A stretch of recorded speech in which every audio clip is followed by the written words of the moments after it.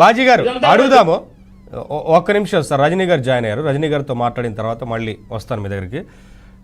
రజనీ గారు నమస్తే అండి. ఏం చెప్తారు? ఈ పర్యటనకి పోలీసులు గత పర్యటన లాగానే అనుమతులు ఇచ్చారు, షరతులతో కూడిన అనుమతులు. మీకు తెలుసు, అందరికీ తెలుసు. మళ్ళీ ఆ రూల్స్ని అన్ని బ్రేక్ చేస్తూ పర్యటన సాగింది అనేది కనిపిస్తూ ఉంది. ఏంటి పదే పదే జరుగుతున్నప్పటికీ ఎందుకు చర్యలు తీసుకోవట్లేదు అనేది బాజీ గారు కూడా ఒక ప్రశ్న అడుగుతున్నారు. ఏం చెప్తారు? సార్, ఇది ఒక పార్టీలు తీసేయండి. అతను టీడీపీ, ఆయన అనలిస్ట్ ఏమో నాకు తెలీదు. నేను జనసేన, నాది క్యాడర్ జనసేన తీసేసి ఒక అడ్వకేట్ గా చెప్తున్నాను సార్. రైట్ టు మూమెంట్ అనేది రాజ్యాంగం ఇచ్చినటువంటి హక్కులు. దాంట్లో ఒకవేళ కొన్ని వ్యక్తి ప్రాణాలు పోయినా మనము ఆ మూమెంట్ ని ఆపడానికి లేదు, మనం బందోబస్తు పెంచుకోవాల్సింది. రైట్ టు మూమెంట్ అనేది రాజ్యాంగం ప్రతి పౌరుడికి ఇచ్చిన హక్కు. అది ప్రతిపక్ష నాయకుడికా లేకపోతే పరిపాలనలో ఉన్నవాడికైనా సేమ్ ఈక్వల్. ఎందుకంటే గతంలో వైజాగ్ పర్యటనలో మా పవన్ కళ్యాణ్ గారి పర్యటన ఆపేసి ఆయన్ని నో హోటల్లో బంధించినప్పుడు ఇలాగే జనాల క్రౌడ్ ఎక్కువ అవుతుంది. అతను సినిమా హీరో కదా, రోడ్లు బ్లాక్ అయిపోతున్నాయి, ట్రాఫిక్ ఇబ్బంది అయిపోతుందంటే మేము కూడా ఇట్లాగే ప్రతిఘటించినాం.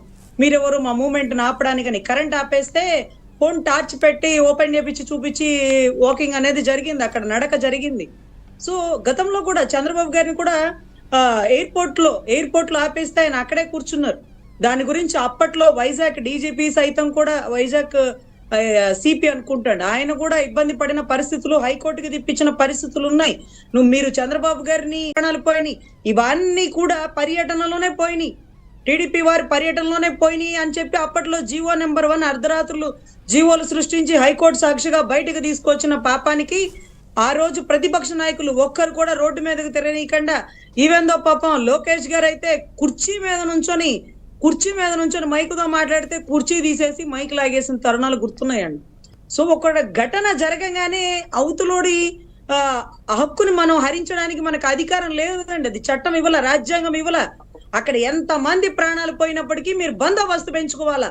ప్రాణాలు పోయిన దాంట్లో సూత్రధారులు, పాత్రధారులు, పోలీసులు. ఓకే రజనీ గారు, మీరు చెప్తున్న పాయింట్లు ఓకే. ఇప్పుడు ప్రతిసారి ఒకసారి, 2 సార్లు, 3 సార్లు ఇన్ని సందర్భాల్లో కూడా పోలీసులు కొన్ని రూల్స్ పెట్టినప్పుడు ఆ రూల్స్ని బ్రేక్ చేస్తూనే జగన్మోహన్ రెడ్డి గారి పర్యటన సాగుతున్నప్పుడు నెక్స్ట్ పర్యటనకు సంబంధించి అనుమతుల విషయంలో ఆలోచించాలి కదా అనేది బాజీ గారు అడుగుతున్నమాట.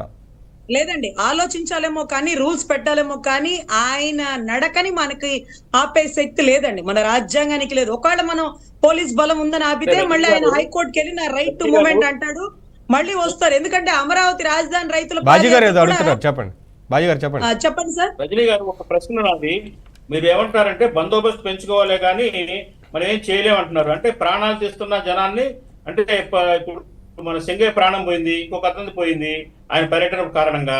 బందోబస్తు పెంచుకోకపోవడం పోలీసుల వైఫల్యం, దానికి ఆ ప్రాణాలు పోవడానికి పోలీసుల వైఫల్యమే. 100% సార్, 100% మనం పోలీసుల బందోబస్తు పెంచుకోవాలి. సో మేము రాజధాని రైతులప్పుడు కూడా సార్ మేము ధర్నాకి అడగలేదు, నడకకి పర్మిషన్ అడిగితే. జగన్మోహన్ రెడ్డి గారు అంటున్నాడు, మీ జగన్మోహన్ రెడ్డి గారు ఏమంటాడు, నాదేం తప్పు లేదు, మీదే వైఫల్యం, గవర్నమెంట్ భద్రత వైఫల్యం అంటున్నారు. యాక్సెప్ట్ చేస్తుందా కోర్టు ప్రభుత్వం? సార్ యాక్సెప్ట్ చెయ్యాలి సార్. ఒక వ్యక్తి బయటకు వస్తున్నాడన్నప్పుడు అతని బలగాన్ని బట్టి మనం బందోబస్తు పెంచుకోవాలి, ఆంక్షలు విధించుకోవాలి. అమరావతి రాజధాని రైతులు రోడ్డు మీదకి వచ్చి ర్యాలీ పెడతానంటే కోర్టు ఏం చెప్పింది, మీరు ఇష్టం వచ్చినట్టు అంతమంది రావడానికి వీల్లేదు, ఒక 1000 మంది రండి, వాళ్ళు కూడా ఐడి కార్డులు తీసుకోండి, మీరు మాత్రమే వెళ్ళండి అనిందే కానీ మీరు నడవడానికి వీల్లేదు, మీ వల్ల ప్రాణాలు పోతాయి, మీకు సంఘీభావం తెలియజేయడానికి కోకొల్లలు కలిదిరి వస్తారు అని మాకు ఆంక్షలు పెట్టడానికి లేదండి. ఎందుకంటే అది చట్టం. ఇప్పుడు జగన్ గారు చెప్పినా, లేకపోతే పవన్ కళ్యాణ్ గారి పర్యటన గతంలో ఆపినా, చంద్రబాబు గారిని ఎయిర్పోర్ట్ లో ఆపినా కాదండి.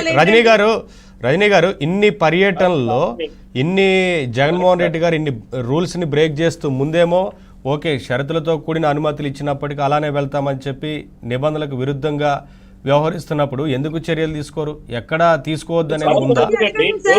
తర్వాత అంబులెన్స్ కూడా దారి ఇవ్వకుండా వెళ్తుంటే మీరు అలా ఎలా చెప్తారు? సార్ వినండి సార్, ఒకటి వినండి, ఒక్క నిమిషం బాజీ గారు. పుష్ప సినిమా రిలీజ్ మూమెంట్ లో అల్లు అర్జున్ ఇబ్బంది పెడితే అల్లు అర్జున్ ని అరెస్ట్ చేసి కస్టడీలోకి తీసుకునే మూమెంట్ జరిగింది. నిన్నటి రోజు సింగయ్య విషయం జరిగింది, రేపటి రోజు ఇంకో విషయం జరిగితే మీరు జగన్ గారిని ఆపి కస్టడీలోకి తీసుకెళ్ళండి. అంతే, మీరు రూల్స్ కి విరుద్ధంగా వెళ్ళారని అడగండి, ఆ హక్కు మనకుంది. వెళ్ళడానికి హక్కు అతనికి ఉంది, ఆపడానికి కాకుండా ఆంక్షలు పెట్టి ఆంక్షలకు విరుద్ధంగా పోతే అడగడానికి హక్కు మనకుంది. మరి ఇప్పుడు అదే కదా అంతేకాని చెప్తున్నారు, రూల్స్ ని బ్రేక్ చేస్తున్నారనే విషయమే కదా వారు కూడా మాట్లాడేది. అయినా సరే ఏ సార్, rules చర్యలు break ఉండవా? చేస్తే- నెక్స్ట్ మళ్ళీ ఇంకో పర్యటనకు అనుమతులు ఇస్తున్నారు, కానీ రూల్స్ ని బ్రేక్ చేసినా ఎక్కడా కూడా ఏ చర్యలు రూల్స్ ఉండట్లేదు. ని కనీసం ఆ పర్యటనకు అనుమతులు దేనికి? రద్దు చేసిన పర్యటనలు కూడా ఒక్కటి కూడా లేవు కదా. ప్రతి పర్యటనకు అనుమతిస్తున్నారు, కానీ అన్ని వాళ్ళు రూల్స్ బ్రేక్ చేస్తున్నారు. చర్యలు ఏమున్నాయని అడుగుతున్నారు బాజీ గారు.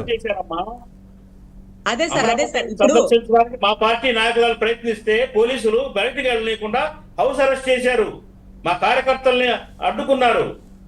ఆ పరిస్థితి జగన్మోహన్ రెడ్డి గారికి ఎందుకు అనుమతిస్తున్నారు అనేది నా క్వశ్చన్. అవును సార్, వాళ్ళు సార్ ఎగ్జాక్ట్లీ బాజీ గారు వాళ్ళు హక్కులని పాటించలేదు. పదే పదే జగన్మోహన్ రెడ్డి గారికి పర్మిషన్లు ఇస్తున్నారు, షరతులు పెట్టిస్తున్నారు. ఆయన షరతుల్ని పట్టించుకోకుండా ఉల్లంఘిస్తున్నాడు పదే పదే. అయినా కానీ మీరు ఇచ్చుకుంటూ పోతున్నారు. ఇదే పరంపర కొనసాగుతుందా ఈ 4 సంవత్సరాల పాటు? ఇంకేం లేదా? రూల్స్ కి విరుద్ధంగా పోతే ఆయన్ని కస్టడీలోకి తీసుకోవచ్చు. తీసుకునే అధికారం, తీసుకునే దమ్ము, ధైర్యం మా కూటమికి ఉందా అని మీరు అడగండి, మేము చెప్తాము. ఆయన నెక్స్ట్ ప్యానెల్ లో నా క్వశ్చన్ ఇందాక నుంచి అదే. చర్యలంటే ఎందుకు ఆయన అడ్డుకోలేకపోతున్నారు? ఎందుకు పదే పదే పర్మిషన్ ఇస్తున్నారు? లిక్కర్ లోనే ఆయన అడ్డుకోలేకపోయాం సార్. పర్మిషన్ ఇవ్వడం ఎందుకు సార్? లిక్కర్ లోనే ఆయన అడ్డుకోలేకపోయాం. వివేకానంద రెడ్డి గారు మర్డర్ కేసులో అడ్డుకోలేకపోయాం. ఆయన రోడ్డు మీద వెళ్తున్నా సరే అడ్డుకోలేము. అది దాంట్లో ఇదే వాస్తవం. మీరు మళ్ళీ ఆయన ఎన్ని పర్యటనలు చేసినా మీరు వద్దన్నా ఆయన చేస్తాడు. మీరేమన్నా కస్టడీలోకి తీసుకోగలరా అని మీరు కూటమిని అడగండి.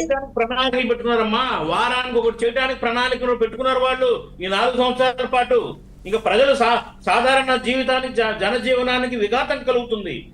ప్రజలు కొట్టుకుంటున్నారు. ఏంటిది? ఇంకా ఎలక్షన్ కాదు కదా, ఎలక్షన్ మూమెంట్ రాలేదు కదా, ఏంటి మాకు అవస్థ?